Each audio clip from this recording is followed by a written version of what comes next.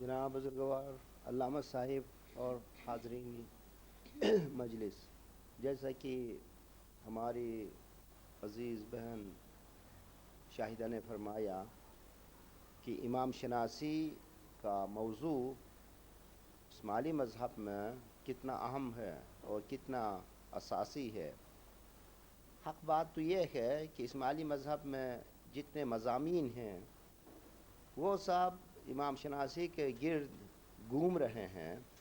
یہاں تک کہ توحید کا تصور جو کہ بالعموم نہایت ہی اساسی سمجھا جاتا ہے، وہ توحید بھی تصور امامت کے بغیر کوئی توحید نہیں سمجھ سکتا ہے، کیونکہ توحید کی تعلیم دینے والے ائمہ طاہرین ہیں۔ اس لحاظ سے تصور امامت کو توحید پر بھی بڑی حد تک فوقیت حاصل ہے۔ فوقیت اس لحاظ سے کہ اس تصور کے بغیر توحید کا تصور ناممکن ہے۔ تو اس کے لیے مومنین کرام، ہمارے بارے میں جو کچھ دنیا میں کہا جاتا ہے وہ آپ سب پر روشن ہے، لیکن اگر امام کی ہدایت، ان کی تائید اور روحانی نصرت کے نتیجے میں اگر ہم اپنے دل میں مطمئن ہوں اپنے دین کے بارے میں، اپنے مذہب کے بارے میں، تو اس سے بڑی کوئی نعمت نہیں ہو سکتی ہے۔ اس لیے کہ قرآن کریم کے مطابق خداوند متعال کی جو نعمتیں ہیں ان کا اتمام نور امامت کہاں ہے، کس میں ہے، اس کے اعلان کے بعد یہ تمام نعمتیں مکمل ہوئی، تمام ہوئی مومنین۔ تو اس لیے یہ مضمون نہایت ہی اہم ہے، اور اس مضمون کو اگر ہم اچھی طرح سے سمجھیں تو دنیا میں کوئی مذہب، کوئی فرقہ ہم کو شکوک و شبہات میں نہیں ڈال سکتا ہے، کیونکہ نور امامت خورشید انور کی طرح ہے۔ جس طرح ظاہری سورج سے کائنات میں روشنی پھیلتی ہے، اسی طرح جو باطنی اور روحانی سورج ہے اس سے ہمارے ذہن میں، ہماری عقل میں اور ہماری روح میں اس سے روشنی پھیلتی ہے۔ تو اس روشنی کے ساتھ پھر تاریکی کے لیے کہاں مقام ہے مومنین؟ تو اس لیے یہ نہایت ہی ضروری ہے کہ امام شناسی پر جو کتابیں ہیں، اور چونکہ یہ کتابیں نہایت ہی اساسی ہیں، اور انہی کتابوں کے ذریعے سے ہم جو دوسرے اعلیٰ تصورات ہیں، توحید کا تصور ہے، قیامت کا تصور ہے، روح کا تصور ہے، جیسا کہ صاحب نے اور بہت سے اعلیٰ تصورات جو ابداع ہے، انبعاث ہے، ایسے عظیم عظیم تصورات جو ہیں اس نور امامت کی روشنی میں ہم سمجھ سکتے ہیں۔ تو اس سے آپ اندازہ لگا سکتے ہیں کہ یہ مضمون کتنا اہم ہے، اور صاحب نے وقت کے تقاضے کے مطابق تمام جہات سے، تمام پہلوؤں سے اس موضوع پر روشنی ڈالی ہے۔ آپ کو معلوم ہے کہ یہ کتاب 3 حصوں پر مشتمل ہے۔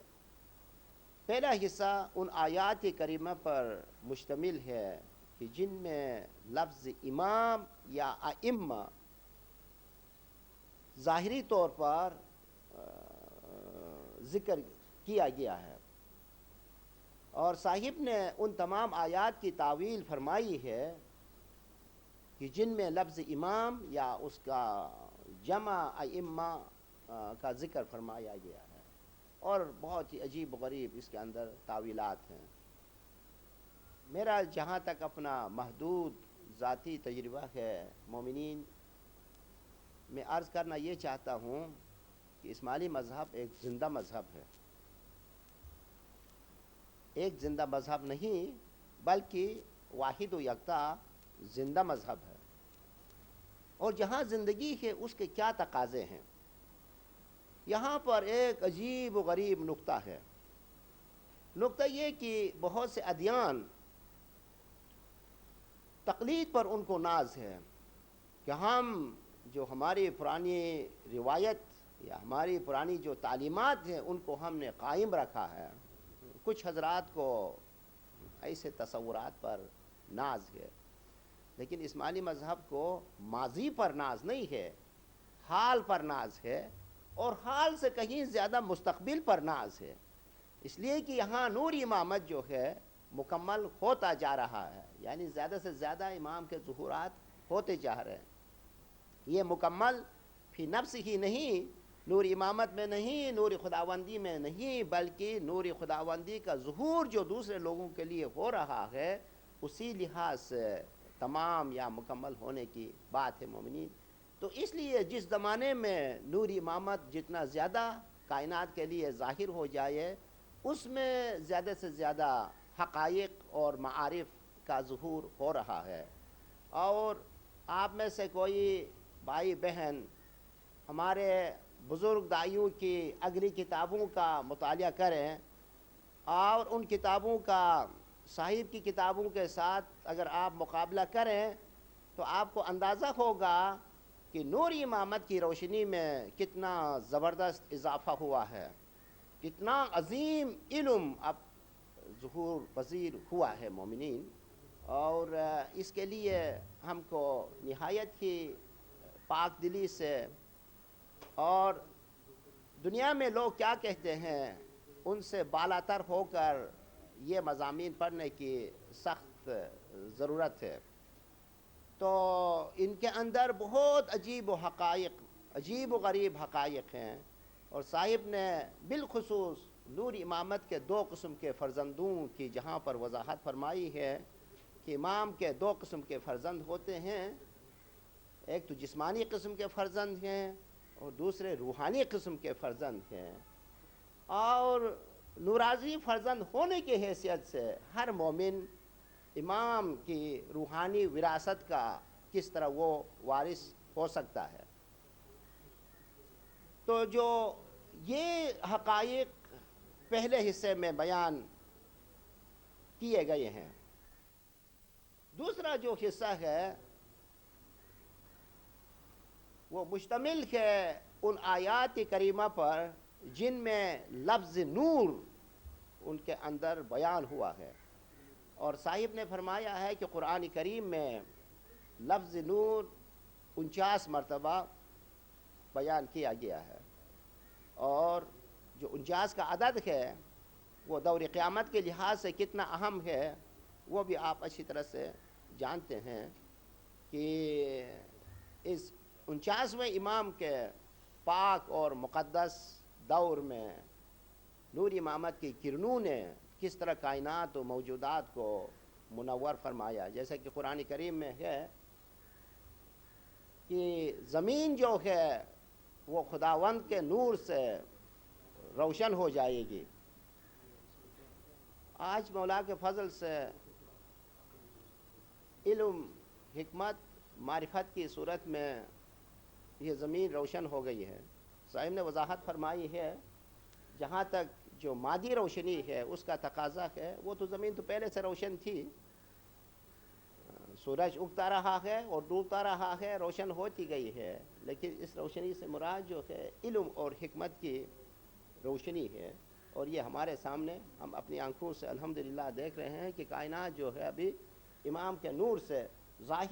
ظاہراً اور باطناً دونوں صورتوں میں روشن ہو رہی ہے۔ امام زمان چین سے لے کر امریکہ تک، اور حال ہی میں امام نے جو مقدس فرامین فرمائے ہیں کہ جماعت پر امام توجہ دیں گے، خواہ وہ چائنا کی ہو، رشیا کی ہو، افغانستان کی، ایران کی، ناردرن ایریاز۔ امام نے فرمایا اب کوئی جماعت ایسی نہیں رہے گی جہاں تک نور امامت کی ظاہری اور باطنی کرنیں نہ پہنچتی ہوں۔ تو دوسرا حصہ ان اہم آیات پر مشتمل ہے، اور تیسرا حصہ امام شناسی کا کلیات پر مشتمل ہے کہ کلیات کتنے اہم ہیں۔ صاحب نے فرمایا کہ جزئیات کا علم کلیات کے بغیر ناممکن ہے، تو اس میں بہت سے ان اہم آیات پر روشنی ڈالی گئی ہے یا ان کی تعویل کی گئی ہے کہ جن میں کلیات کا ذکر ہے، اور ان میں سے سب سے اہم کلیہ صاحب نے فرمایا ہے وَكُلَّ شَيْءٍ أَحْصَيْنَاهُ فِي إِمَامٍ مُبِينٍ۔ ابھی بہت سارے لوگوں کے سامنے ایک مسئلہ ہے، اگر تمام چیزیں امام مبین میں اگر داخل ہیں، شامل ہیں، تو کس صورت میں ہیں؟ ظاہری صورت میں دیکھا جائے تو امام جسمانی طور پر اس دنیا کے اندر شامل ہے، کہاں ساری دنیا جو ہے امام کے اندر شامل ہو سکتی ہے؟ امام تو ایک عام انسان کی طرح چلتے ہیں پھرتے ہیں، ان کا قد جو ہے کسی اور سے زیادہ قد بڑا نہیں ہے، لیکن امام کے اندر جس سینس میں جسمانی میں کائنات اندر سمویا ہوا ہے، وہ سمجھنے کے لیے بھی جو انسان کی عقلی کیفیت ہے یا روحانی کیفیت ہے، اس کو سمجھنے کی بہت بڑی ضرورت ہے کہ جس طرح ایک انسان ہم اپنی بساط کے اندر بہت سی کائنات جس کائنات کے جس حصے کو ہم نے دیکھا ہے وہ ہم محسوس کرتے ہیں کہ ہمارے ذہن کے اندر اور ہمارے دماغ کے اندر وہ چیز اندر آ جاتی ہے اور ہم اس کے اوپر محیط ہوتے ہیں۔ اس انداز میں صاحب نے فرمایا کہ ہر چند کے امام جسمانی طور پر اس دنیا کے اندر بستے ہیں، لیکن روحانی لحاظ سے کس طرح ساری کائنات اور اس کی حقائق، اس کی معارف جو ہیں امام کے اندر سموئی ہوئی ہیں۔ تو اس لیے یہ کتاب ان تمام جہات سے بہت ہی اہم ہے۔ تو صاحب نے ان پر بہت سے پہلوؤں سے روشنی ڈالی ہے، تو اس لیے اس کو ہم اچھی طرح سے سمجھیں۔ ایک مرتبہ اگر تصور امامت صحیح طور سے ہماری سمجھ میں آ گیا تو باقی جتنے حقائق ہیں اس کے لیے راستہ کھل جاتا ہے، دروازہ کھل جاتا ہے۔ لیکن امامت کے بارے میں کسی کو اگر کسی قسم کا شک ہو تو دوسرے جو حقائق ہیں ان کا سمجھنا کیسا ممکن ہے؟ تو جہاں روشنی نہ ہو وہاں کسی چیز کا دیکھنا کیسا ممکن ہو سکتا ہے؟ اس لیے ہم کو سب سے پہلے روشنی کی ضرورت ہے، اور روشنی کے ذریعے سے ہم ہر چیز دیکھ سکتے ہیں۔ تو الحمدللہ آج امام کے فضل و کرم سے نور امامت کی روشنی ہمارے سامنے ہے، اور اس کو سمجھنے، اس کی حقیقت کو سمجھنے کے لیے ذرائع بھی خداوند نے ہمیں مہیا فرمائے ہیں۔ اس کے لیے ہم خداوند کی شکر گزاری کریں، اور اس کے بعد جن روحوں کو، جن عظیم روحوں کو امام نے علم سے نوازا ہے، ہم ان کی بھی شکر گزاری کریں، کیونکہ ایک حدیث شریف میں ہے کہ جو انسان کی شکر گزاری ادا نہیں کر سکتا ہے وہ خداوند کی شکر گزاری کہاں ادا کر سکتا ہے۔ دوسرا ایک اہم نقطہ اس میں یہ ہے کہ پیغمبر نے فرمایا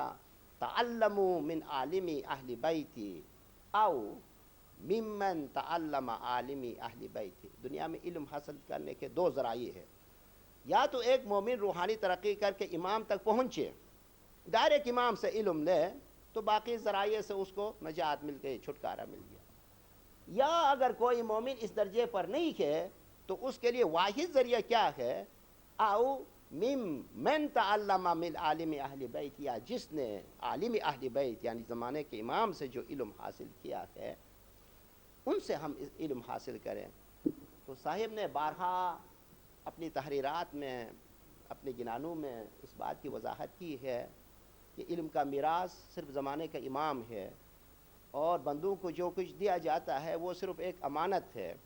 تو صاحب نے کبھی بھی یہ دعویٰ کبھی نہیں فرمایا ہے کہ یہ علم ان کا اپنا علم ہے۔ تو ہمیں یہ سمجھ کر یہ علم اگر ہم اس قابل نہیں ہے کہ ہم ڈائریکٹ براہ راست امام سے حاصل کریں،